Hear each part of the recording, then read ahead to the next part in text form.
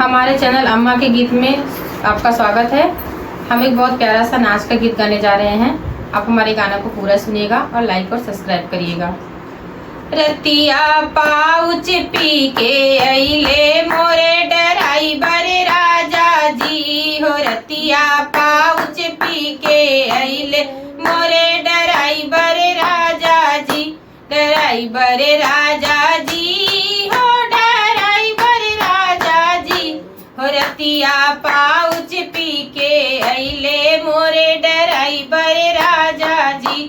5 के पियले 25 बचवले, 5 के पियले 25 बचवले।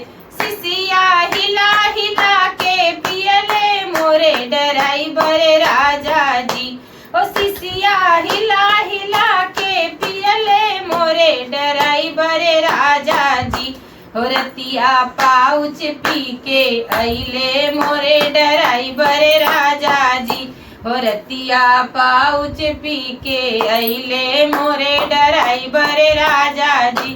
सासन ननद मिली खूब समझाव, सासन ननद मिली खूब समझा।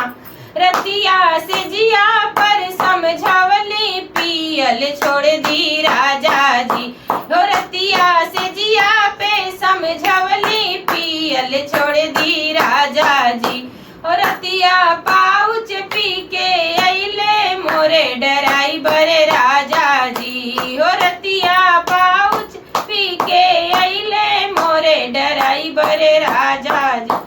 5 के पियले 25 बचवले, 5 के पियले 25 बचवले। सिसिया हिला हिला के पियले मोरे ड्राइवर राजा जी हो। सिसिया हिला हिला के पियले मोरे ड्राइवर राजा जी। गोतिन ननद मिली खूब समझावा, गोतिन ननद मिली सब समझावा। रतिया से जिया पर समझावली पियल छोड़ दी राजा जी हो। रतिया से जिया पर समझावली पियल छोड़ दी राजा जी हो। रतिया पाउच पी के अइले